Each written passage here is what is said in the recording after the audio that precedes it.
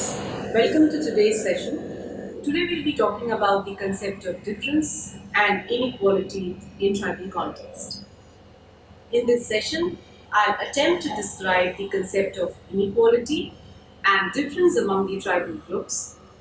I will talk about the differences that become a factor in creating inequality and about the discrimination of tribes in India while touching on the principle of equality at the same time. After listening to this session, you will be able to understand the concept of difference of equality, inequality, and difference among the tribals. You will come to know how differences become a factor in creating inequality in tribal context and analyze how above process produces discrimination of tribes in India. At the outset, let me explain to you that tribes in India are socially and culturally different from others, accommodating the tribal demands for cultural recognition and continuity within the Indian nation state has been a challenge to the government and civil society for almost 6 decades. Many unresolved issues in tribal identity and related problems can be better understood by studying these concepts and their practice. It is only by creatively using these concepts that tribal issues and problems can be understood and subsequently attempts could be made to resolve them. Now let us discuss the principle of equality. Equality is a foundational value of all modern societies. The principle that everybody should be treated legally equal regardless of their caste, religion, region, race, or language is accepted by majority of the nations. The effectiveness of the implementation of this principle varies from nation to nation. Even those nations that do not grant equality to certain groups or sections of society would claim that their interpretation of the principle of equality is different from other interpretations and that they too adhere to the principle in their own way. No nation wants to say that they do not adhere to the principle of equality. It is also true that modern nation states are characterized by a great degree of diversity. And these diversities are often seen as a problematic issue. Equality, we can say that it means that everybody is treated in the same way, that is similar. While at the same time, diversity means that there are considerable, definite social and cultural differences among the population, often treating different types of individuals and community equally, that is similarly, would result in some communities being treated unfairly, which in turn violates the principle of equality. It is only the modern society that valued equality as a value and as a principle to organize societies. When we talk about traditional societies, they were characterized by social order based on hierarchy. Groups and individuals are placed in superior subordinate positions according to a set criteria. Talking about pre modern India, the caste system, which divided the society into lower caste and higher caste, was based on the criteria of ritual purity and pollution. The upper caste were considered ritually purer than the lower caste and therefore placed above them in the social hierarchy. Now, when we talk about medieval Europe, what we see that they had a state system. The population was divided into three divisions: clergy, nobility, and commons. It can be argued that the idea of equality existed in a limited and nascent form even in these societies. Islam and Christianity did recognize the equality of its adherents before their one God. Even in Hinduism, with its hierarchical caste system, Scholars have identified a certain degree of equality for all, though otherworldly for all members, regardless of their present positions. Everybody had an equal opportunity to perform his or her karma, which satisfactorily performed would enable the person to get into a higher stage in his or her life. So, this was the philosophy of Hinduism. Moreover, there have been a number of social movements like the Bhakti movement in Hinduism, which challenged the supremacy of the Brahmins and got social equality for the lower caste. Such similar movements for greater equality are also found in Islamic and Christian history. But none of these movements were successful in making equality an organizing principle for medieval Hindu, Christian, and Islamic societies. In other words, we can say, while equality was recognized in a metaphysical sense, it was not seen as a principle to guide state policy and decision. Bhakti says that traditional Indian society is seen as an unusually hierarchical society. Structural inequality was also the mechanism which was used to manage different communities in a society. Not all traditional societies were as pluralistic as modern societies, but there were different communities which coexisted in one society. These communities had their place in the social structure and their interaction with others depended on their relative positions in the hierarchy. Furnivall is a scholar who describes the situation in a colonial society. He says each group holds its own religion, its own culture, its own ideas and ways. They meet only in the marketplace. Different sections of the community live side by side, but separately with the same unit. Thus, inequality between communities and differential treatment for some communities at the cost of others did not cause a major problem as these societies did not accept equality or democracy as a value. The role of the state was to maintain the social order. Thus, we can say it had a harmonic system of stratification in which the dominant values in society and the existing situation were congruent. Though pre modern societies were pluralistic with many communities coexisting, each of these communities had a particular position in the society which determined their rights and duties and how they interacted with the others. And social inequality was accepted as value and principle in pre modern societies. The role of the state was to preserve the social order rather than change it. Now, let us talk about equality in the modern period. The idea of equality, as all of us know, it evolved in Europe with the revolutions in France, England, and United States. The French Revolution and the American War of Independence were violent expressions of revolt against the traditional social order. French Revolution attacked and removed the privileges of the aristocracy and the clergy.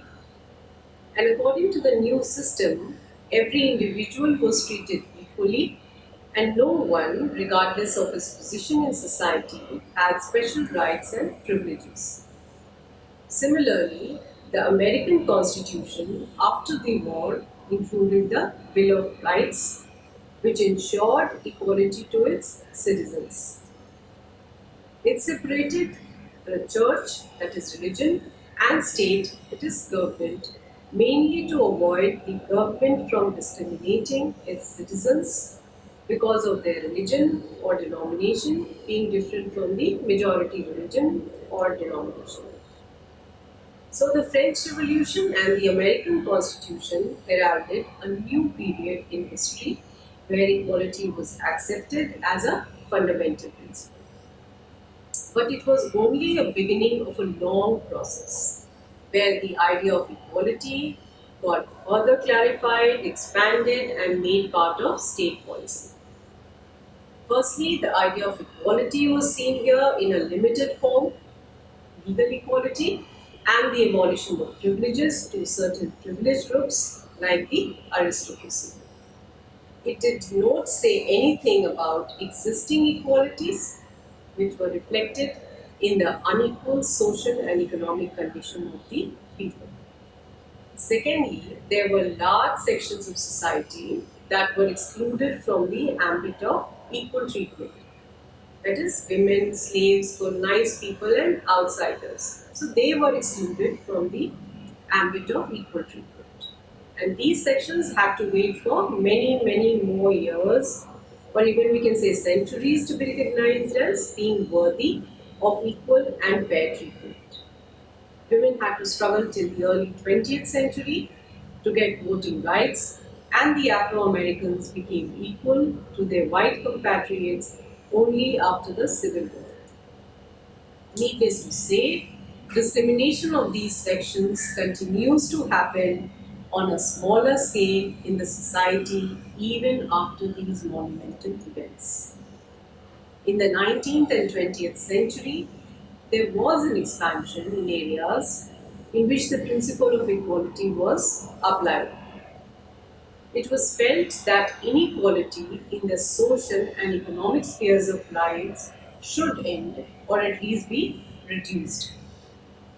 Political and legal equality without social and economic equality was futile, and it was only when these important areas of an individual life are brought into the ambit of principle of equality that the ideal will be fully realized. Another important aspect of equality was the recognition of the need for special protection of minority groups.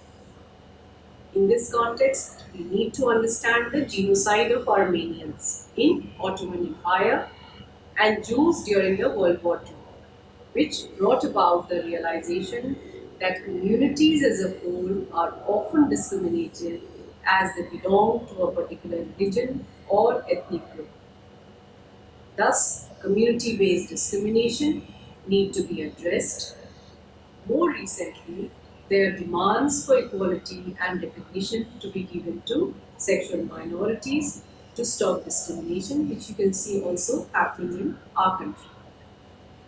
Equality as a policy was seen earlier as static, in the sense that the state's role was merely in ensuring legal equality. And this changed to a dynamic one in which the state took efforts in ensuring equality in opportunity, outcome, and conditions. The state formulates laws, policies, and programs to ensure that equality is reduced. The emergence of welfare state is an important outcome of this commitment. Thus, the concept of equality has changed and broadened to include new areas of life of individual and community. It increased the state responsibility in ensuring that equality as a principle works in the society. So, this explains how the concept of equality has changed over a period of time. Now, let us understand the definitions of equality. It is a very difficult task to define equality as a concept. Ernest Baker says that equality is a protean notion. It changes its shape and assumes new forms with a ready facility. Equality does not simply mean similar treatment to all. Treating unequally equally will be as much injustice as treating equals unequally. But then individuals possess different capacities and produce different outcomes. Another scholar, Harold Lasky, he says the purpose of society would be frustrated at the outset if the nature of a mathematician met with identical response with that of a bricklayer. So that is how they try to define equality. Hence, it would be wrong to relate equality with the same treatment for all. Baker describes the principle of equality and he says that just as each person, because he is a person, is free agent in the scheme of the state, so also each person, because he is a person, as all other persons, has an equal standing and counts equally as a legal factor under the scheme. Similarly, it means that whatever conditions are guaranteed to me in the form of rights shall also and to the same measure be guaranteed to others, and that whatever rights to others shall also be given to me. Thus, equality is only the basic condition that is provided to all. How they make use of it is up to them. Thus, the principle of equality gives the same starting point to all, but how everybody finishes depends on the individuals. Law is a giver of legal capacities and of legal capacities only, and that is to be realized and understood. Berkeley's dictum that all men have equal rights but not to equal things is applicable here. We can say that the principle of legalistic equality had limited impact in societies with a history of gross social inequality. For example, it would be unreasonable to expect two individuals from different social background to be treated equally. Say an individual who is raised in a privileged family with all facilities will be more meritorious than an individual raised in family with minimal or no facilities. So there should be a certain degree of equality of opportunity if the principle of equality has to be realized. So this was getting realized by people and the lawmakers, and that there should be a equal opportunity. So Harold Lasky gives a broader idea of equality, and he lists out few characteristics. One was to that no special privileges for any individual or group should be given. There should be equal opportunity for all, as it gives everybody opportunity to educate and equip himself or herself. Further, he or she can use the skills and talents to get the desired things in life. There should be equal access to social benefits for all and no restrictions based on any extraneous factors and absence of economic and social exploitation. According to this definition, the principle of equality should have not only legalistic equality but also equality of opportunity and equal access to social benefits. An even broader definition of equality then emerged, and Brian Turner, in his work Equality, he has given the following characteristics. First is fundamental equality of persons, equality of opportunity, then equality of conditions, where there is an attempt to make the conditions of life equal, and equality of outcome of results. The principle of equality includes equality of conditions and equality of outcomes. It is not enough that there is legal equality and equality of opportunity, but also equality in conditions in society and equality of outcomes or results. This has to be made note of, understood, or realized. Equality of outcomes is the achievement of a given set of positive circumstances for a particular group or category.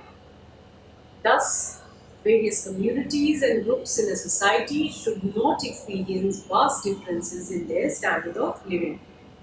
The state should take proactive steps, including progressive taxation and other measures to redistribute the wealth in society. And after understanding all these definitions, what comes out is that there are different dimensions of equality.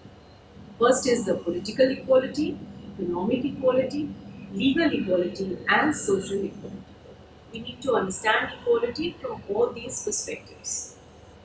Equality, as we've seen, is a widely accepted idea, yet inequality in different dimensions persists in all societies. When we talk about the United States of America, it has wide range of social inequalities in terms of income levels. Afro Americans on an average earn less than their white American counterparts. Similarly, when we see France, the birthplace of popular slogan equality, liberty, and fraternity, there the black Muslim migrants and their successive generations experience discrimination even now, even today. Like in USA, their average income levels are much lesser than their white counterparts. Thus, we've discussed the dimensions of equality and how it differs in different countries. Now, let us move on to understand inequality and difference. Every society is divided into different categories based on a quality or set of qualities.